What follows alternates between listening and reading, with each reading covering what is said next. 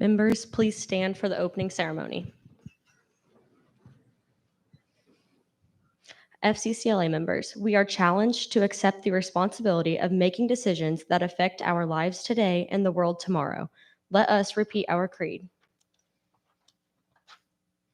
Please repeat after me. We are the family, career and community leaders of America. We face the future with warm courage and high hope. You may now be seated. Our FCCLA mission is to promote personal growth and leadership development through family and consumer sciences education. I will now welcome Mr. Bauer to the stage.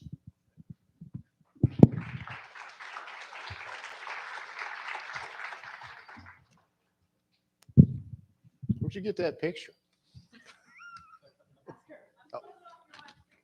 Oh, okay. Hey, it's my pleasure. First of all, I want to compliment Ms. Herlocker and you. This is a big group of people. And, you know, our chapter is large. It's larger than most schools. That's a tribute to you and what you do. And very excited that you participate in this organization and the things that you do. I'm also excited that you're having a speaker series. I think it's good to bring back people that have graduated and sat in the chairs that you sat in a few years ago. And today, it's my honor. I'm going to introduce your guest speaker. I'm going to give a little bit of bio. Mr. Dan Smith grew up in Girard, where he attended Girard schools, graduating from Girard in 1983. During his senior year of high school, he was an all-state basketball and baseball player. He also played football, too. It's not mentioned in bio, but he also did that as well. So he played 3 sports. Was named the Gatorade and USA Today Kansas Baseball Player of the Year. He signed a national letter of intent to play baseball at Wichita State University and was invited to the U.S. Olympic Festival. A few weeks after graduation, Dan was selected in the 7th round, 199th overall by the Texas Rangers in the 1983 Major League Baseball June amateur draft. He decided to forgo college and signed with the Texas Rangers, beginning a 13-year professional baseball career that included stints with the Rangers, Montreal Expos, Boston Red Sox, Cleveland Indians, and Washington Nationals. Upon retirement from Major League Baseball in 2006, Dan returned to the Girard area where he eventually joined Watco. Watco is a Pittsburgh-based global transportation company that owns and operates railroads, terminals, ports across the United States, Mexico, Canada, and Australia. Since 2009, Dan has had multiple roles within Watco and was named CEO in 2018. I'll let him explain to you what the CEO is. During Dan's tenure, Watco has grown into a company with nearly 5,000 total team members and annual revenues in excess of $1.4 billion. Watco has also achieved several consecutive years of record growth and profit, along with becoming one of the safest and most respected companies in the transportation industry. In 2021, Watco was named by Forbes magazine as one of America's best mid-size employees. Dan lives just outside of Girard with his wife of 24 years, Jennifer. She's also a 1993 Girard High School graduate, formerly Jennifer Troike. They have 2 children in Girard schools, Kenley, a senior, and Cam, a 7th grader. Few things are not mentioned in this bio that I'm going to ad lib to as well. Dan was also a tremendous student in high school. That wasn't mentioned here, but what I remember about Dan, he worked just as hard academically as he did athletically, and that was very important to him, as did his wife, Jennifer. Also not mentioned here is high character guy. When Dan was in school, he was a high character student. He did the right thing, made good decisions, and he was a good role model and good representative for our schools. And the last thing I want to say is this. It's the thing I'm most proud about. You know, there's a lot of accolades here and a lot of things that he's accomplished. One thing I'm most proud about is he made a commitment with he and his family to come back to Girard. And they've given back to this community. They've invested in this community. He's been a major player in some of the facility things we've done to baseball, softball fields. He's involved in the community. And that's what makes me most happy. Because, you know, could have lived anywhere you wanted to, but obviously Girard was important and they're here. Their kids go to school here. So very proud of Dan, known Dan for a long time. Without any further ado, I want to welcome Mr. Dan Smith. Thank you, sir.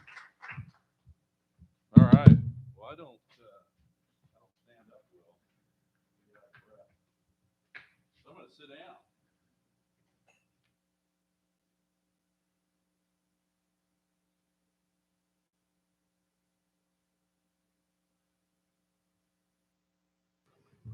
There, how about that?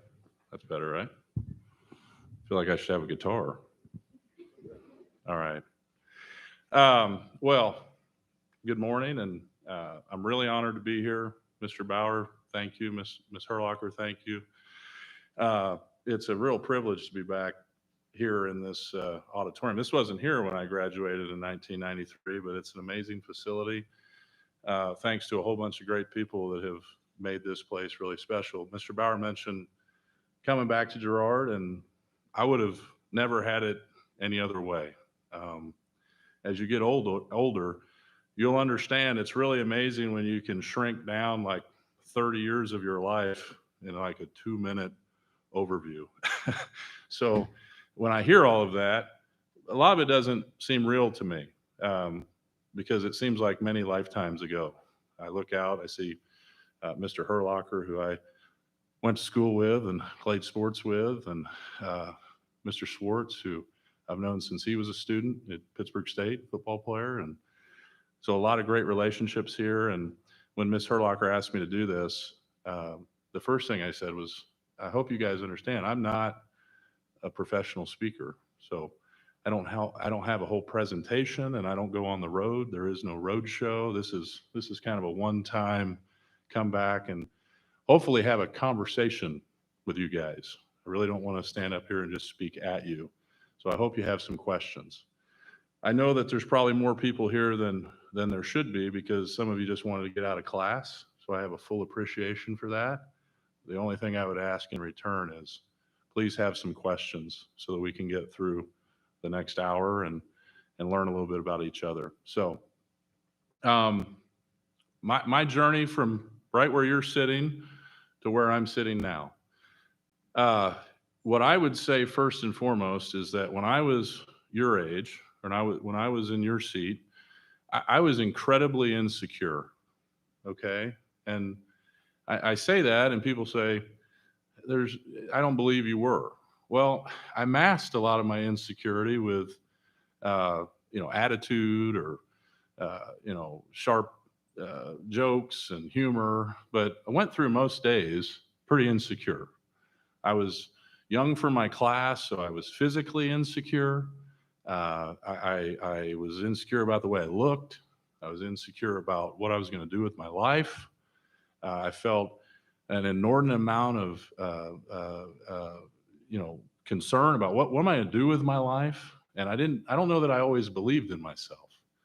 And I carried a chip around on my shoulder, I think in defense of that, to sort of, I was going to, I used that as a mechanism, I think, to help me get through the journey that I was going to be on. Well, when I became a junior or senior, I started to recognize that I was decent. I was pretty good at baseball. I always wanted to be a baseball player. And about my junior year, I started to get a lot of interest from different junior colleges and then eventually Division I universities. And early on in my senior year, I made a decision to attend or to accept a scholarship to Wichita State, which at the time was one of the best programs in the country. They just won a national championship. And so I thought, man, that's close to home. That'd be great. Feels like I kind of know what I want to go do. Well, then my senior year of high school baseball season came. I was fortunate enough to have some success, had a lot of interest from professional teams and scouts, and was lucky enough to get drafted in June, just a couple weeks after graduation, by the Texas Rangers. And it was all pretty much a whirlwind. I didn't have this expectation that was going to happen. I didn't have some grand plan. It happened very organically. I was still in my own mind not sure that I was good enough to go do that. I think there's, and we'll talk about it in a minute, but there's something that you need to be okay with, understanding that you don't know if you're good enough to do something. That's a healthy thing. When you think when you think that you have it figured out or how it's going to go, usually The world has a funny way of reminding you you don't. But I got drafted.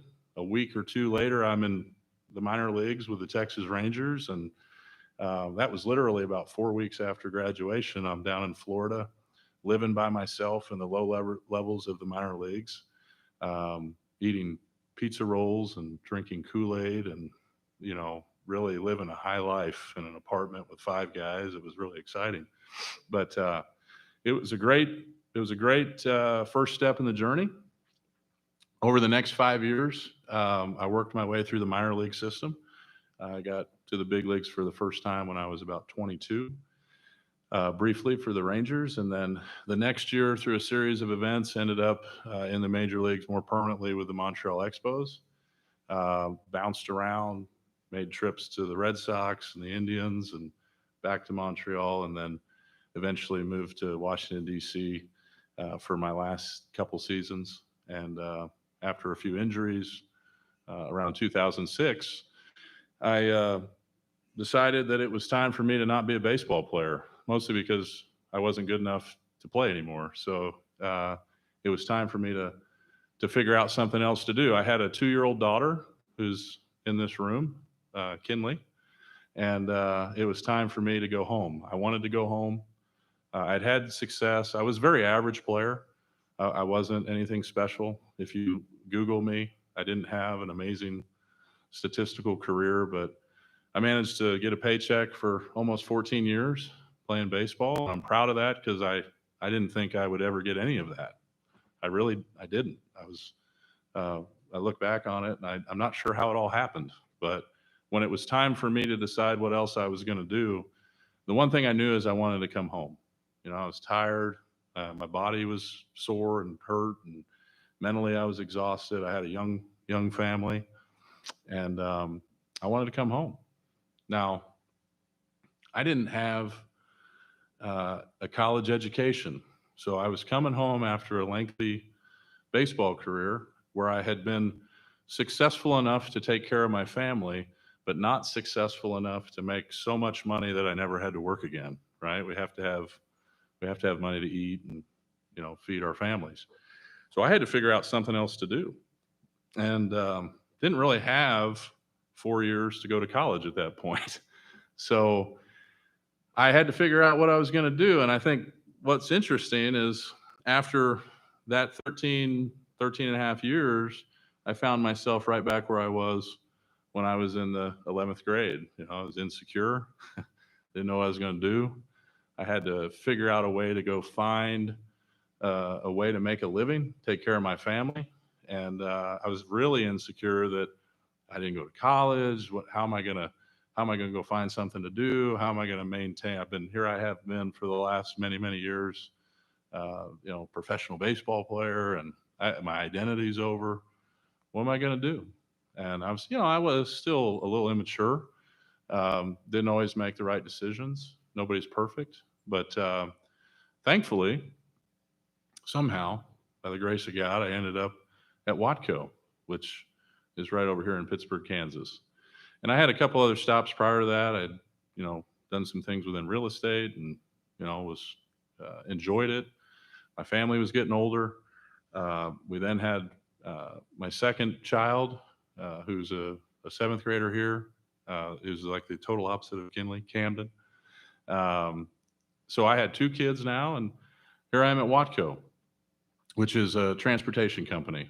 So we own railroads and terminals and ports, and some of you have fathers that work with me at Watco, which is pretty cool. And we do basically, if you can move it, if it's something you need to live your life, we move it by rail or barge or boat or airplane or truck. And we do that all over the world. Most of it's here in the US, but we do it in Australia and Canada and Mexico. And it's an amazing organization. And I showed up there on the first day, really just got lucky to get an opportunity.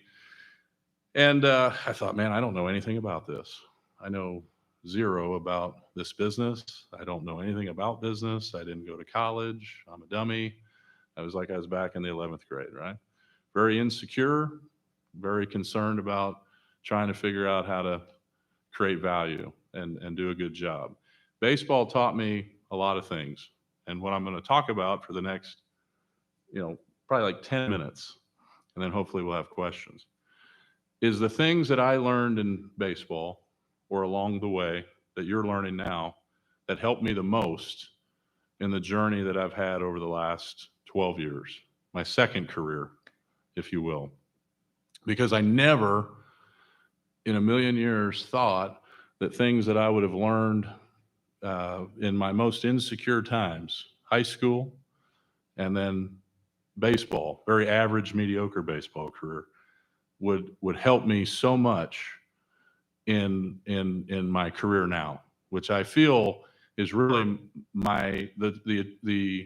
the thing I'm most proud of professionally is where I'm at now with the company I'm with, the team I'm on now, and not my baseball career, which is hard to say out loud, but it's the truth, right? I care a lot more about what I'm doing now than what I did then.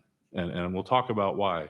But all of this, I think, applies to you guys. And you can use it, or you cannot use it. That's the great thing. I tell people, coaches are there to try and invest in you. Teachers are there to try and invest in you. Great administrators, teachers, coaches in this room, they're there to try and help you. Now, not everything they say is going to help you, but I'll give you some advice right off the bat. When someone's trying to invest in you, listen, hear it, okay? You don't have to take all of it. You can let half of it go out this side eventually. You can let 3/4 of it go out. Maybe you keep all of it, but give it a shot, okay? Because some of it's going to help you. And that's what's happened along my journey, is I've been fortunate enough that great people have invested in me, and certain amounts of it, certain parts of it resonated with me. And I've been able to use that and overcome a tremendous amount of insecurity and inability, a lack of ability, been able to use it to get me to a place that I don't deserve to be. I really don't. But I've been fortunate enough to allow folks to invest in me to get me there. It's helped me a great deal. So that's what we're going to talk about. So number one, when I ended up at Watco, I walked in the door. I saw all these people there. The new environment is intimidating. Everybody's an expert, an industry expert. I didn't know anything. And what I recognized right away was that, we had a lot of, I would say, culturally, our locker room wasn't right. There's two kinds of locker rooms. There's the locker room or classroom where everybody gets along and takes care of each other. And then there's a locker room where everybody's kind of out for themselves. And when I got to Watco, it felt like we were in a locker room where everybody was sort of out for themselves.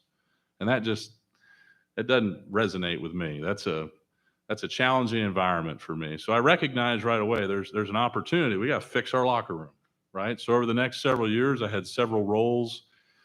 Was the chief operating officer, which is a fancy title for the person that's responsible for the day-to-day execution of the business, okay?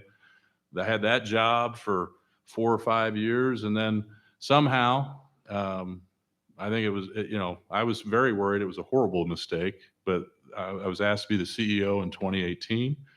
So for the last 4 years, that's what I've done. And basically that person is in charge of making sure that, number one, the culture's right within the company, the vision and direction of the company is right, people stay focused on the right things, and that you're constantly developing talent and developing what all of you can become, which is the next great leaders within a strong organization.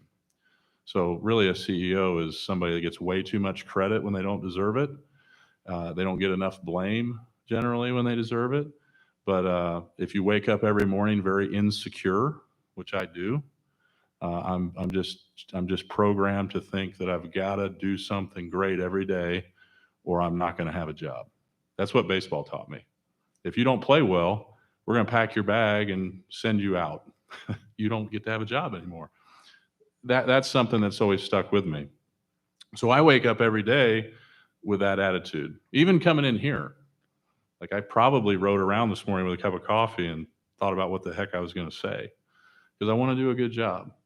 So let's talk about the things that I would recommend you think about on your journey. And you don't have to take all of them. You don't have to take any of them, but they've helped me. So I've tried to break it down to 5 pretty simple things. Number one, and this is one that I think is really the most important for where you're at right now. Be passionate. Be passionate about everything you do. Okay? So passion, what do we mean when we say passion? To me, passion means you care a great deal about doing a good job. You care so much that you're fully invested in the activity that you're performing.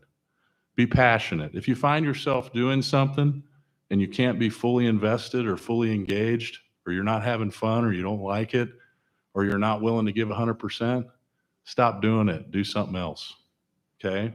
I don't care if you're an athlete, if you're a student, if you're a teammate, a friend, a family member, everything that you're invested in, just be passionate. The one thing I want you guys to know that I see a lot in our workforce today, we have 5,000 team members. We're blessed. We got great people all over the world. The next generation of folks coming in, there's a tremendous amount of opportunity, but the one thing that occasionally, more often now than it used to be even 10, 12 years ago, is folks lack passion, right? They're not willing to do the little things with passion. They're not willing to go through practice and shoot every free throw with passion. I want you guys to know, for the record, it is okay to want to do a good job. It is okay to want to do a great job. All right. Anybody that makes you feel like it's not cool to want to do good, get away from them. Don't let them in your life anymore. Anything that you do, be passionate. Because the one thing I've learned throughout my career is you never know who's watching. You never know who's paying attention. So don't take a play off. Don't take a day off. If you don't like it, don't do it. Don't show the world that you don't like doing what you're doing. But be passionate about everything you do. Because if you do that, guess what you're going to figure out? You're going to figure out what you want to do for a living, for your life, not for a living. You're going to figure out what your life's purpose is. Okay? Because all this make a living stuff is secondary. Figure out what your purpose is. And guess what? It's going to change a few times. One day you're going to be a baseball player. One day you're going to be in transportation, right? And you may think this is the thing you're most passionate about, throwing a baseball, but you'll wake up one day and figure out the thing you're really most passionate about is helping a company be successful in whatever way you can. And if you're passionate, you're going to allow yourself to figure out what each step in that journey is going to be. Don't cheat yourself, and start right now. You're all old enough to be doing things the right way, to be going about your business the right way. And I cannot stand it when people go half speed. Save me time, save you time, save your coaches and teachers time. I don't care if it's in class or in at home. If your mom asks you to help unpack the Christmas trees, do it the best you can. Because trust me, that's going to take you to great places. Okay? Second thing that helped me in my career, I recognize it more now than I did when I was in the middle of my baseball career. Be the kind of teammate or friend or family member or person that makes people around you better. It's a real simple concept. Make people around you better. If you get good at making folks around you better, you're irreplaceable. You are a lottery ticket. You're a special player, right? If you can make people around you better, you are doing something that is irreplaceable. And I look out, I have an appreciation now for folks in my life when I was younger that I have now that I didn't have when I was younger. Coaches, teachers, parents, administrators, friends that were just trying to make me better. So have the courage to not only let people help you get better, like don't think you know everything, because that's a really important thing. We don't know everything. It's, in fact, when I'm talking to folks that want to join the Watco team, or even just in conversations with friends and acquaintances, I get a little nervous when somebody knows everything. Somebody has all the answers. So have the courage to not know everything. Have the courage to let people allow you to take in information to improve who you are. And then lastly, make sure you're the kind of teammate or friend or family member that makes people around you better. It's a good thing, and you'll get a lot of reward out of it. There's nothing, you learn more when you're coaching than you do when you're getting coached. Okay, so make people around you better. Number 3, always build relationships. Build relationships. You never know where life's going to take you. So don't shortchange the opportunity to build a relationship with someone. I don't care if it's a classmate now, because trust me, you guys are going to interact differently in 10 years than you do now. You're going to you're going to sow the seeds of a relationship now that don't pay dividends until years down the road. Mr. Bauer and I have known each other since I was 15 years old. I would say that Mr. Bauer and I are better friends now than we were when I was 15, right? That seems pretty logical. But I think both of us allowed those seeds to be sown when we knew each other early on, and it took a long time for that to blossom. You guys need to remember that, because in my life, the only thing I've ever really had, since I didn't have the same education as most people, was I had a lot of relationships. So make sure you're treating people the right way along the way. Don't ever discount a conversation. Be fully engaged. Be passionate about your interaction with other people, because you never know how it might help you down the road, and you never know what effect you might have on someone else. And you're going to appreciate that as you get older. And I heard it when I was your age, and somebody said, well, you're going to hear, it's going to help you. And you don't fully, you trust me, you will appreciate that later in life. Don't shortchange relationships. Build relationships. Your family, your friends, people you don't know. Have the courage to get to know new people. Okay? Number 4, this one, I had to pick this one up later in my career. You got to be able to forgive yourself. Okay? Forgive yourself. You're going to make mistakes. You're going to do stupid things. You're going to say stupid things. You're going to make bad decisions. You're going to throw interceptions. You're going to fumble the ball. You're going to give up home runs.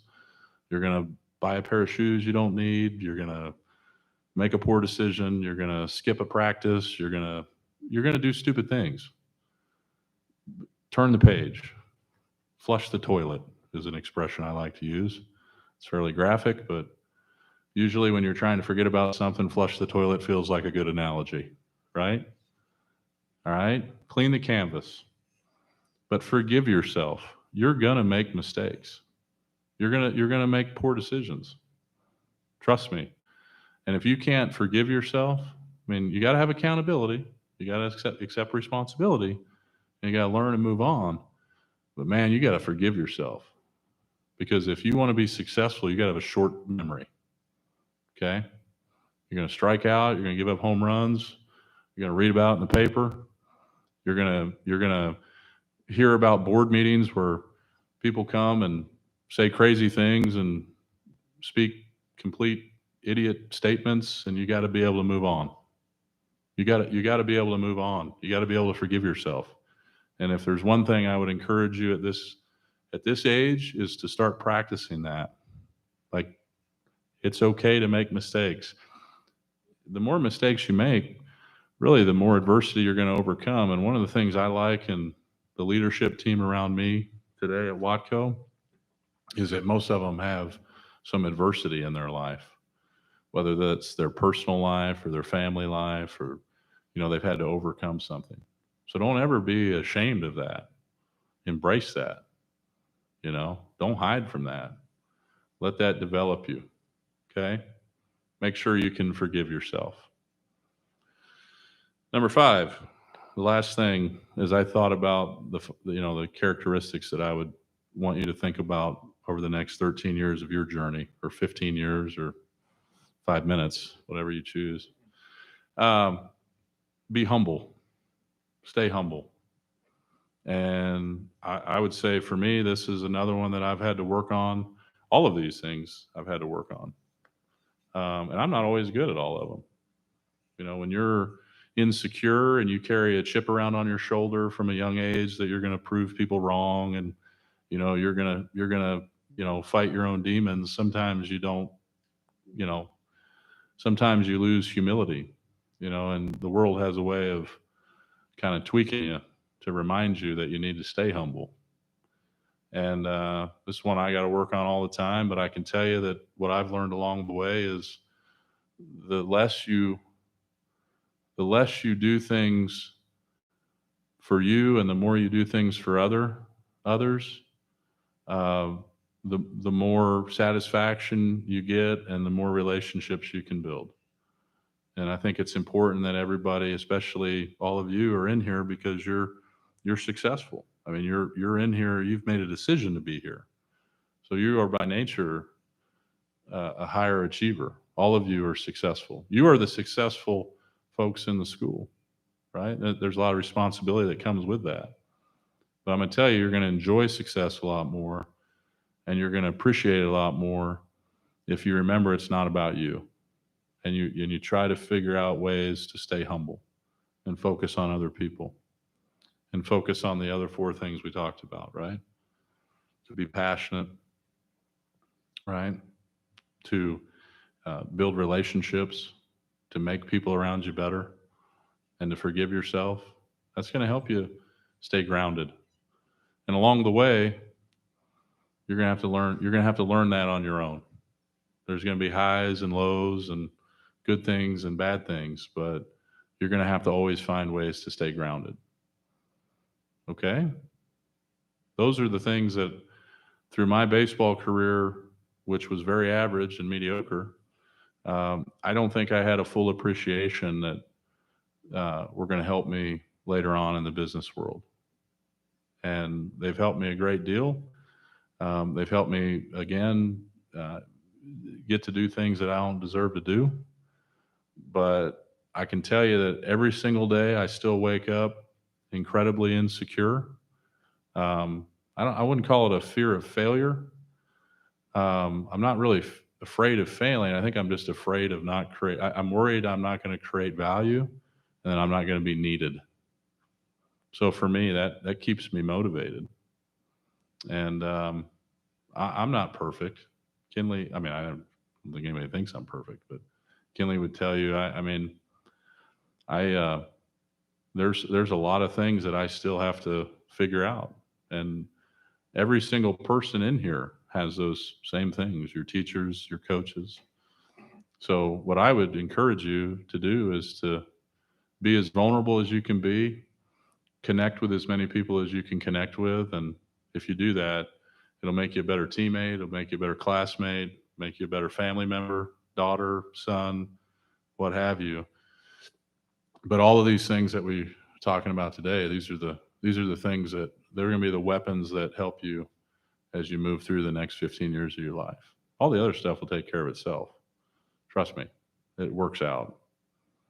But these things can take you to higher levels. Okay? Flip the script a little bit on just real quickly. You guys are juniors and seniors. Are there sophomores in here too, or just all grades, or mostly juniors, seniors? Just an interactive bunch. Okay. Juniors, seniors, is that right? Okay. So you guys are getting ready to come out and enter college or the workforce or take on new challenges. It's a unique time. Last couple of years have been pretty crazy. You guys have grown up a little quicker than most folks have to. So it's a more unique time than normal. But the world's adapting. There's never been more opportunity in the world. And, provided you keep your focus in the right place, you guys, I know a lot of you from watching you grow up. It's a great group of kids and got a bright, bright future ahead of you. I hope you have a lot of questions, or at least like 5. I can stretch the answers, and hopefully you don't all run out of here and think, what an amazing waste of an hour. But where are you going this afternoon? McDonald's and Freddy's? You got my attention. I like that. And then you're going to a park. Okay. That's awesome. Is everybody here going? That's pretty cool. It's a good day. That's a good day. All right. Questions? Okay. You guys are on your game. Good, a strong AV game.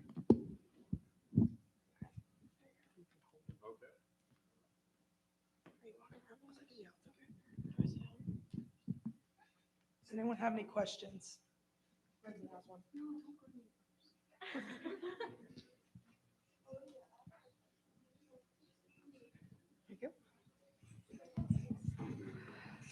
I have a really good question. What company would you do if Watco didn't exist?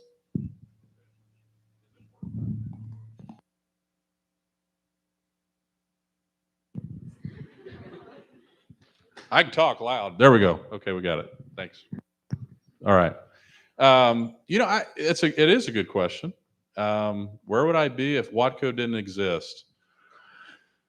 Well, I don't have a great answer to that because Watco found me when I really needed them to find me.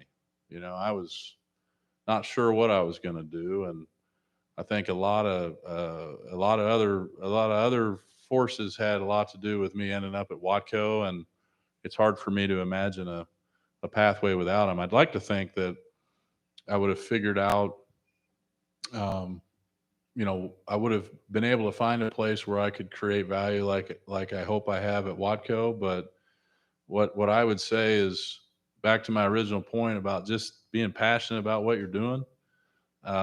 Generally, when you do that, the right people will take notice and the right place will find you, or you will find yourself in the right place. And I know that's a lot of faith to put in the journey, but I give you my word, if you go about your business the right way, carry yourself in the right way, and care about what you're doing, you're going to end up in the right spot. For me, I don't know where that would have been, but I've always been open to change, and I've never really ever thought that I knew where I was going to go. So I was always open to new things, and I'd like to think that the right thing would have found me, or I would have found it. That's a good question. All right, so going back to your baseball career, when Tony Gwynn got his 3,000th hit, did he ever come talk to you, or did you ever have that interaction with him? Yeah, no, it was so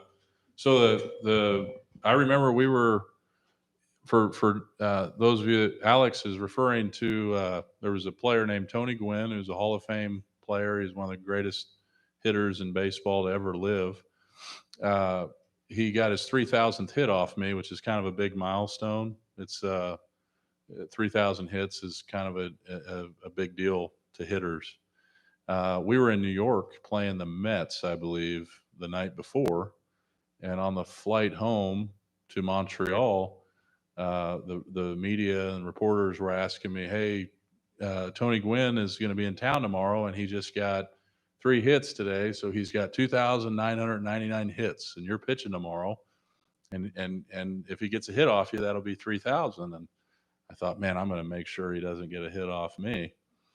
And the next day in the first inning against the Padres, Tony Gwynn comes up and he hits a 1-2 slider, he hit it okay. It was kind of a blooper over the second baseman, and my second baseman was a guy named Mike Mordecai.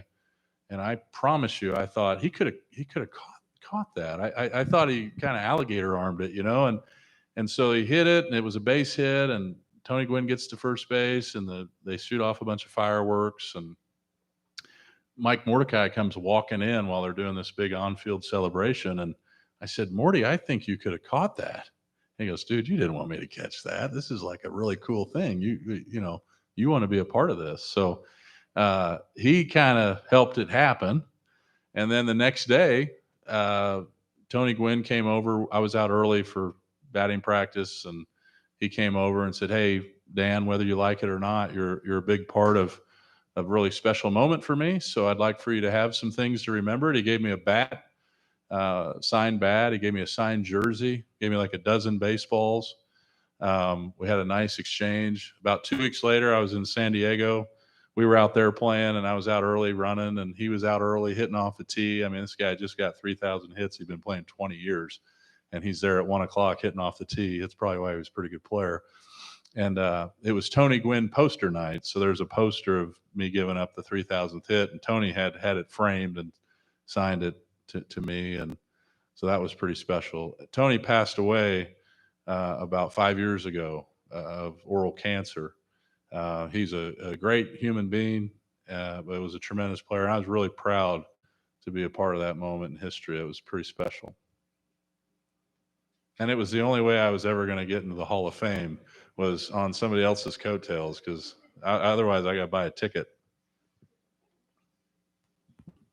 Can you please describe one experience when you took a big leap of faith? Yeah, there's a couple. That's a great question, because I think, I think it's important that you guys understand that, sometimes the reward is all about the risk, right? So if you look for just the safe play always, you might be limited in where you can get. I mean, the first example that comes to mind is when I signed with the Rangers out of high school. I was 17 years old, and I had a college scholarship that I could have taken. A lot of people, I remember my dad, who's passed away in January, but was a big influence in my life. There was somebody that said to my dad, they said, "I can't believe you let your son, not go to college and go sign a professional contract.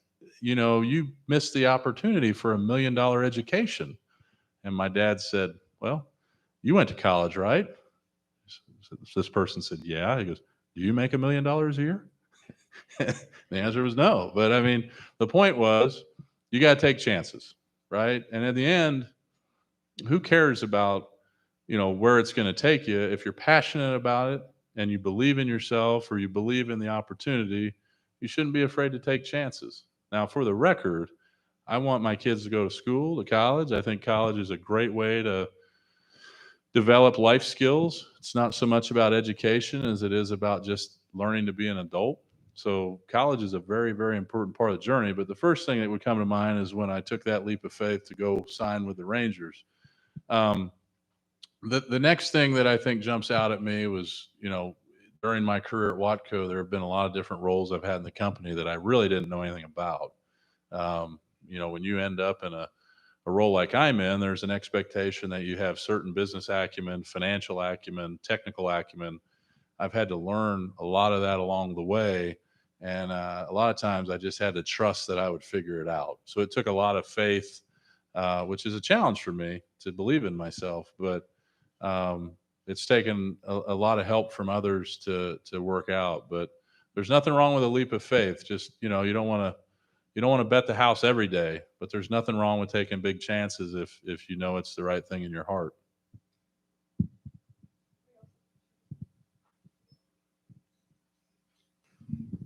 All right. What advice would you give young adults today, and what was the best advice you've ever been given? Well, for me, I mean, I think young people today, I would go back to just really be passionate about what you do. I mean, if you're just passionate about the opportunities that you have in front of you and about treating people the right way, and I would just tell you to probably, as I'm saying that out loud, I would say, here's what I would tell you. You don't know where you're going, right? So be okay with change. All right. A lot of people want A, B, C, D, E, F, G.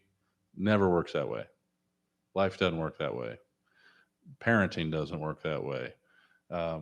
It doesn't. So be flexible and be able to adjust and be able to change. Be open to change. That's probably the advice I would give young people, because you think it's going to be one way, and trust me, it changes 15 times and it will keep changing. The best advice I've ever been given Probably was when I was referring to forgive yourself. For me, that was probably when I had, just some opportunities to make changes in my life that I needed to make. That was probably the best advice I was given was, you got to be able to forgive yourself, move on. Can spend a lot of time, the rear view mirror is really small and the windshield is really big, right? And you know why that is, right? Because you need to be focused on going forward, not looking back. Okay. So that one, and God gave you 2 ears and 1 mouth for a reason. So listen twice as much as you speak. Those are helpful. Good question.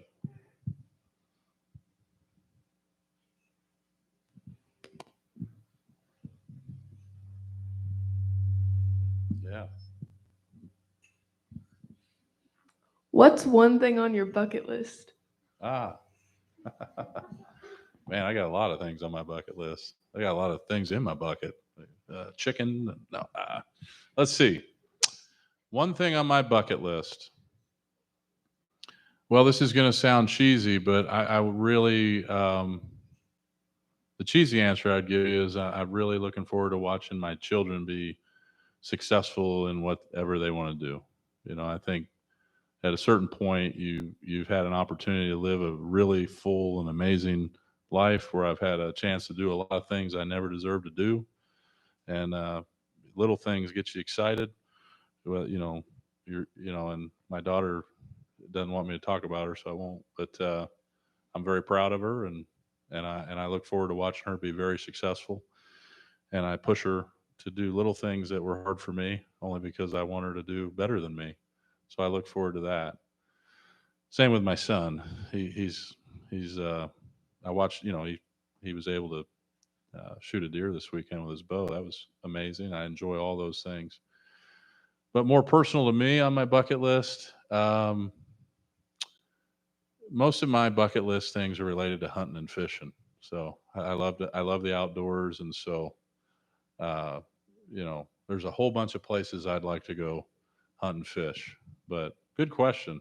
What that makes me think of is I got this trick that I use when I'm interviewing people, which I don't interview as many people as I used to for jobs, but occasionally I do. And I got this question I ask them that you need to be prepared to answer because it always catches people off guard. I ask them, what don't you do well? What are you not good at? So if I were to ask you, Haley, what are you not good at? It's a hard question to answer, isn't it? You go to it. What are you not good at? Let's see, you have a good answer. I love that. That's a great answer because you go to an interview and everybody's like, it's all about what you're good at and what can you do and how can you help us? So I always say, I ask them, what are you not good at and what do you do when you're not working? And if somebody says, well, all I do is work, I said, well, you're not a good fit because you're gonna be pretty bored here if all you do is work. So anyway, good question. Bucket list. I'll think about it.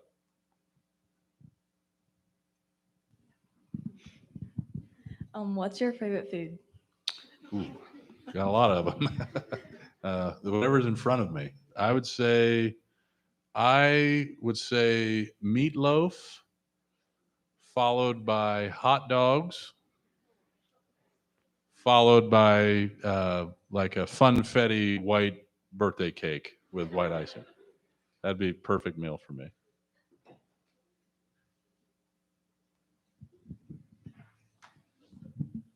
What is your perfect day? Well, my perfect day is wake up before the sun comes up and drink coffee, and then the sun come up. So I like sunshine. I'd like to see the sun come up either in a deer stand or on a bass boat, right? That's a pretty good day. And then get some time with my wife, who doesn't want to spend a ton of time with me, but maybe have lunch with her. If you go her, she likes chips and salsa and Mexican food. So lunch with her, and then some time with the family in the evening, and and actually have my daughter want to talk to me. That would be a perfect day. She doesn't want to talk to me much anymore. She will, though, eventually. She'll come around. Not now. Oh. Who's your favorite kid? Oh, well, is Camden here? Well, it's definitely Kinley. They're both really unique. They're both different, and you guys will understand when you have children. You know, it's a weird thing. Despite all they do to make you not like them, you really like them.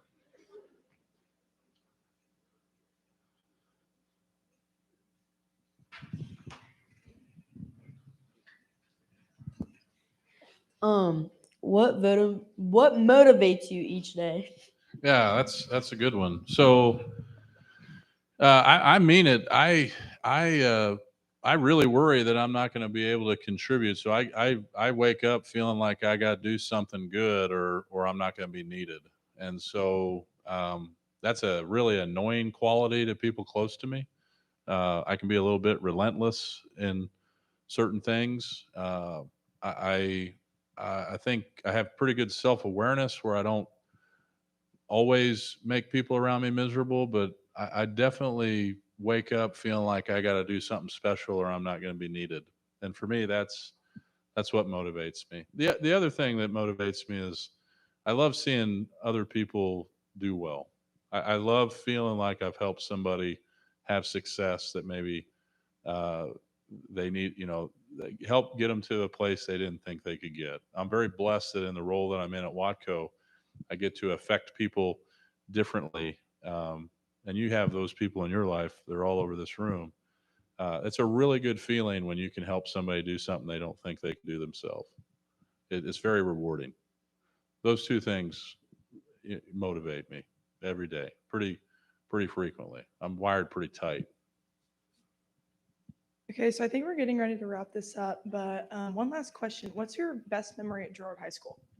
Yeah, great question. I have a ton of great memories of Girard High School. And I can tell you that you guys will find me in 10 years and you will tell me I was right. This is absolutely an amazing place to go to school.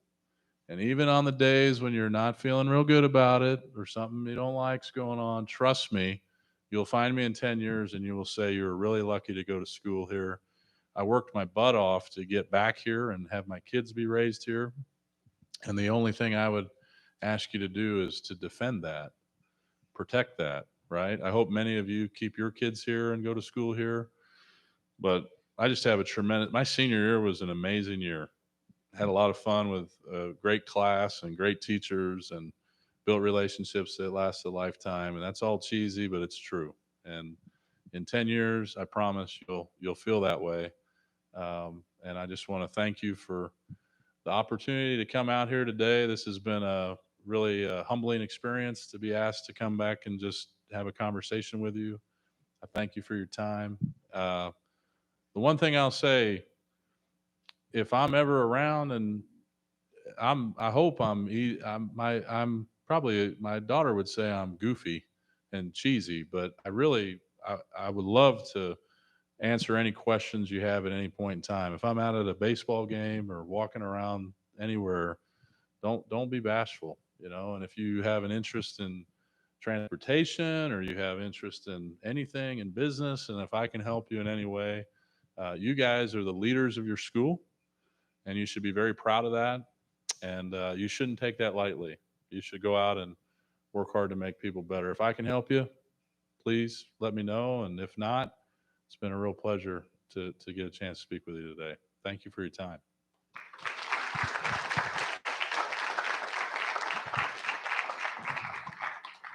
Do I sing now?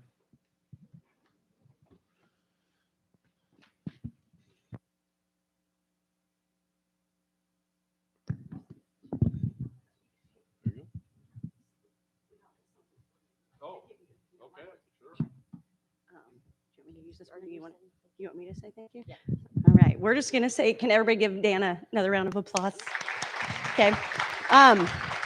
before we finish, I'm gonna ad lib. Don't get mad at me, Katie. I said I'm gonna ad lib. He said a lot of things that I wrote down, so I won't forget them. But what I want to thank you is we have 77 members here out of 87 today. And he said at the very beginning that when people invest in you, you listen. And I think you did that today, and I appreciate that. So thank you. We would like to present you with just a small award here and a hat to say thank you. If you want to come down here, Allie, you want to take his picture? I would like to get a picture with you and all of them. What do you think, Allie? How should we do a picture? Should you stand there and we take a picture that way? Okay, would you like to go stand? Kinley, you want to stand by your dad? Come on up. So you just want to leave that there? Yeah. Okay, so we're going to go ahead. Everybody, I want you to stand up. If you're kind of like, yeah, there we go. Yep, you get in it. I don't know if the lighting.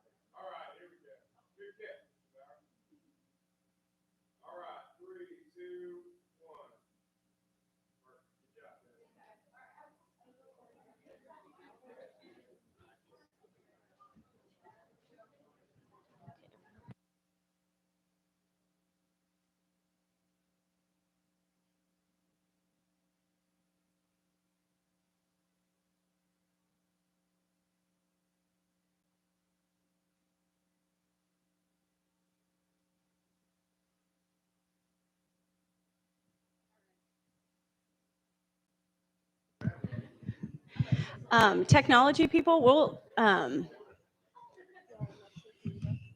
watch the video if you can get it up. If not, we can go ahead and do awards. All right, you guys, I know a lot of you will have to use the restroom like me. Hang in there. We're going to do awards. So we are going to start. I have a short little video I'd like to show you when it comes to leadership. Oh, thank you. When it comes to leadership, I felt like Mr. Smith did a really good job of, not what are you going to be, but who are you going to be? And I think this video does a nice job. If it doesn't load, we're going to start with awards for Power of One. We're going to recognize our Butter Braids and then our Star Event people. After that, we have some door prizes that Katie, we're going to draw names. Okay. And if we have time, we'll do the relaxer. But if we don't, we'll go ahead and break. You guys can go to the bathroom and get all your stuff ready for the afternoon. So hang with me. Okay. Okay. We're having technical difficulties. Hold on. You just want to do awards?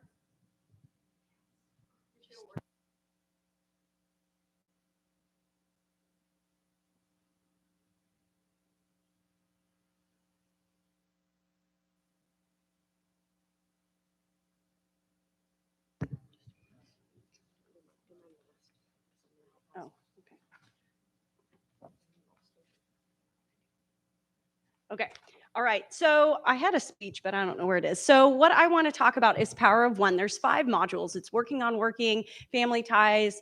I can't remember all of them, but they were up on the screen. So if we get those up there. But Power of One is a special thing to me because some of you have been with me for 4 years. So if you are enrolled in a family consumer science class for 3 years, you're a completer. So we're going to recognize some completers. We're also going to recognize those people that go above and beyond when I don't ask you to, or you do certain things and you just do them because it's the right thing to do. And I'd like to recognize those people. My career community connection class, if you guys would please stand, just want you to stand. I want to give these guys a round of applause. These people, round of applause. Okay, you can be seated.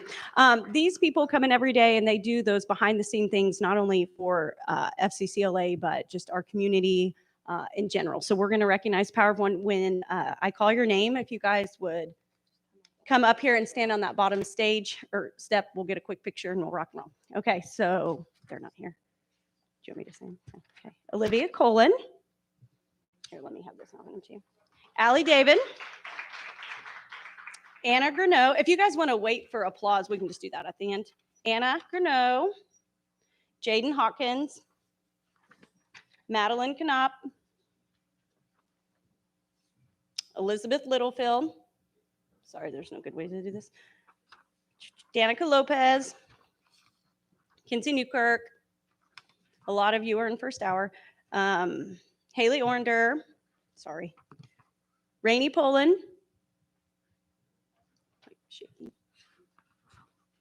Amaya Roberts. Serena Short. Kinley Smith. Okay. And Katie Pouch. Okay. Sorry, there's a certain order I want these in.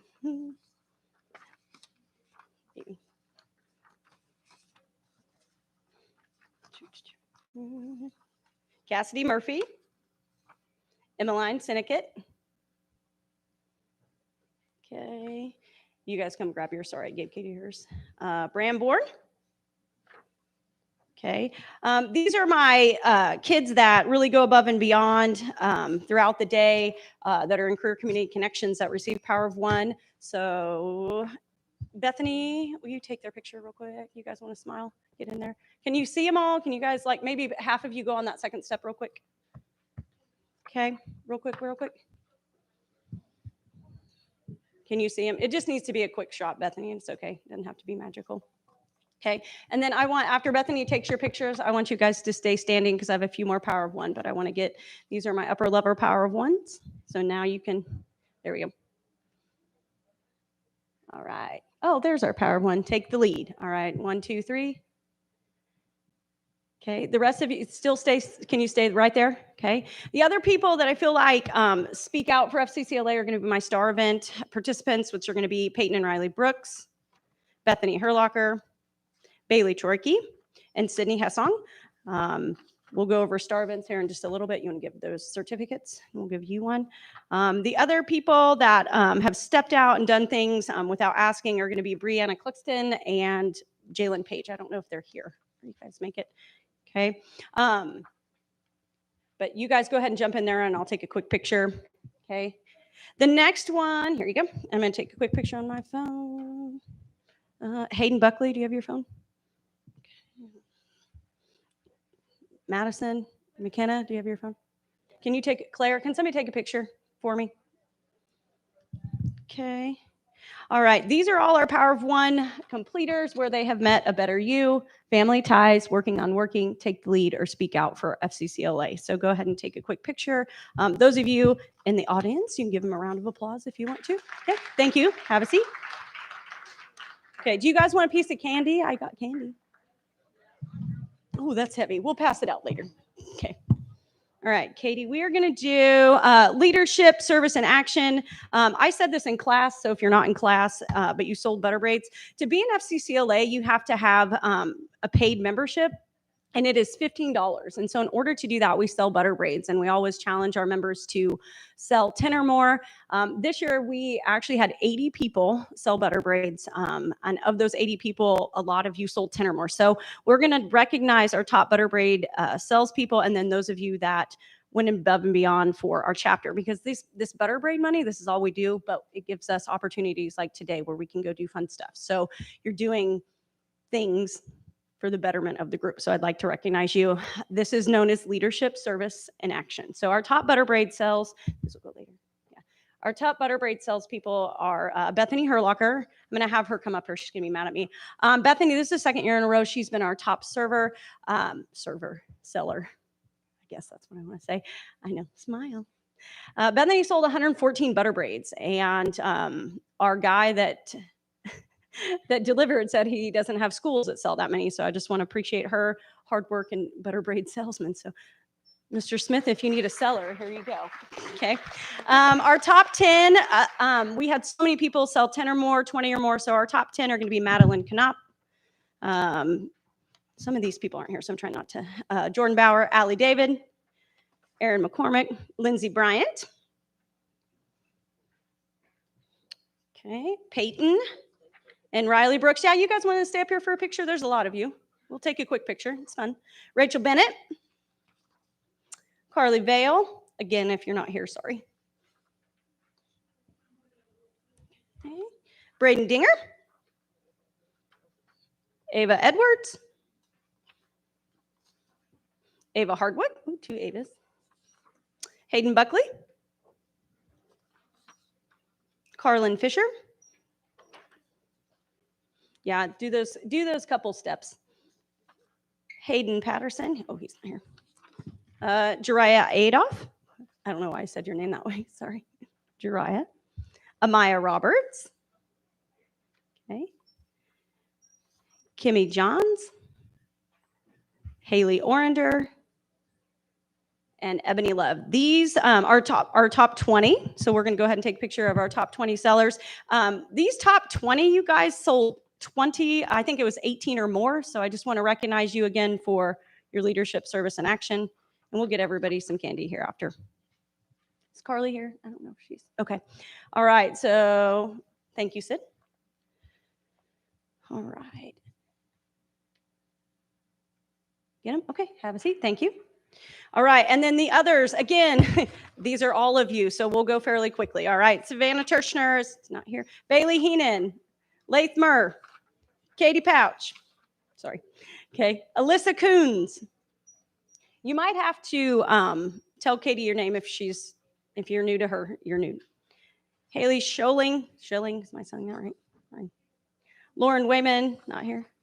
Cordell Saran, Jaden Hawkins, Brock Scales, Bailey Turkey,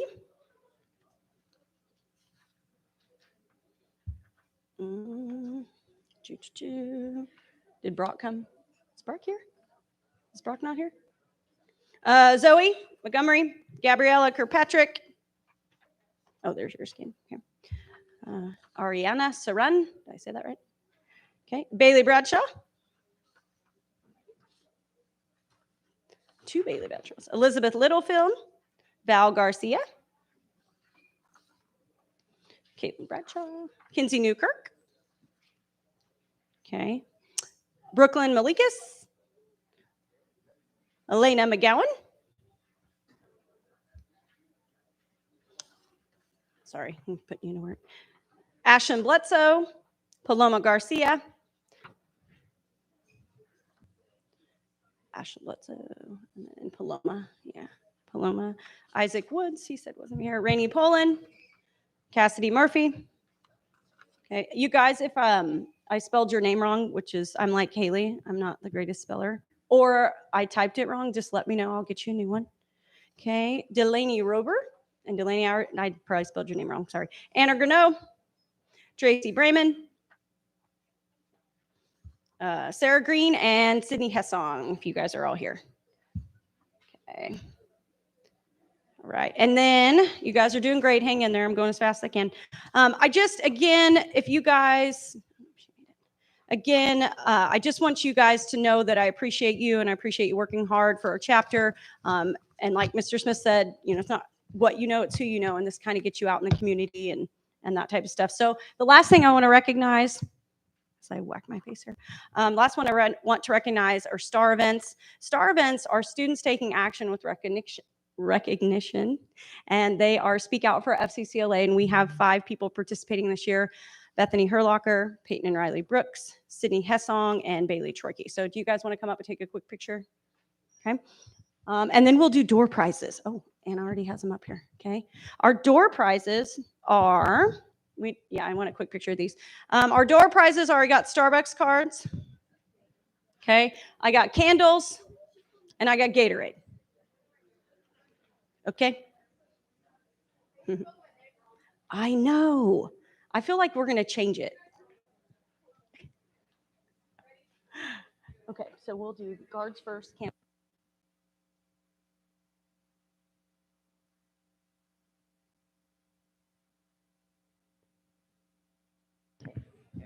I supposed to give them something special? Do I just get whatever they get?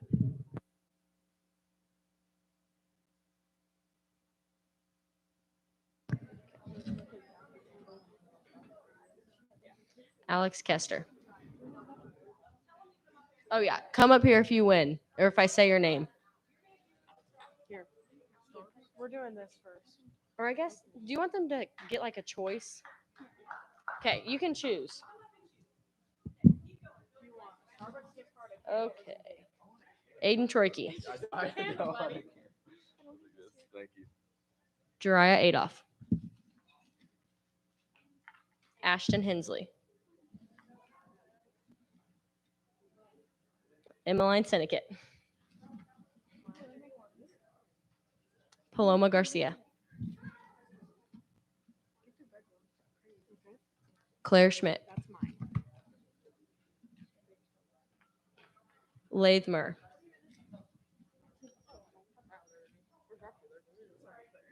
Lathmer again. Connor Hudson. Okay, how many do we have left? We good? Brock Harris. Cordell Saran. Danica Lopez. Bree Clugston.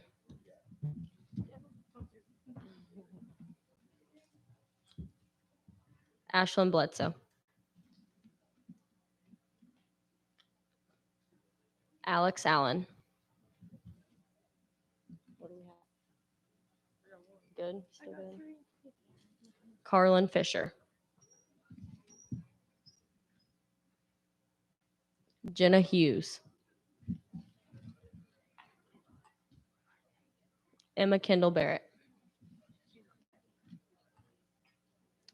She's not here. Bram Bourne.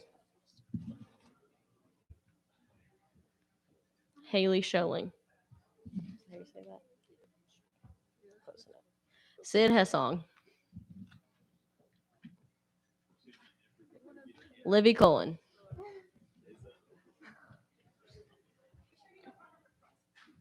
I know. Corey Clark.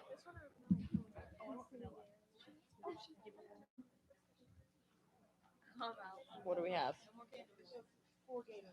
Sure already got one. Are we good? Okay, Rachel Bennett. We need to draw 2 more. Okay. Ariana Saran. And Riley Brooks.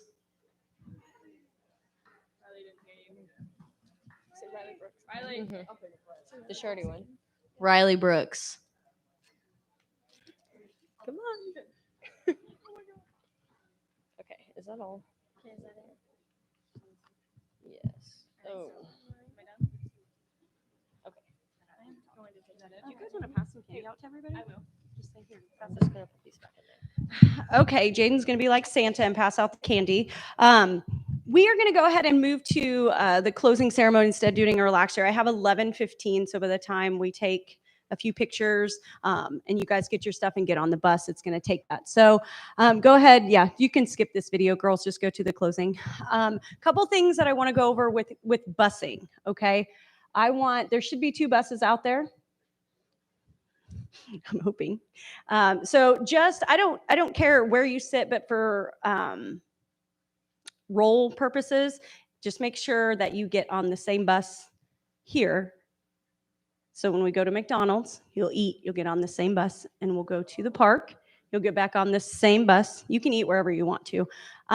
But in that area, there will be lots of things to choose from. So after Katie does the closing ceremony, listen to me, after she does the closing ceremony, please take your awards, any trash, your pamphlets, your brochures, any of that, take those with you.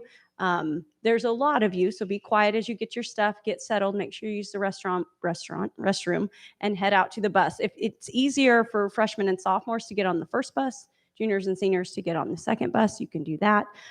Just make sure you spread all of you out. So, all right, please stand for the closing ceremony.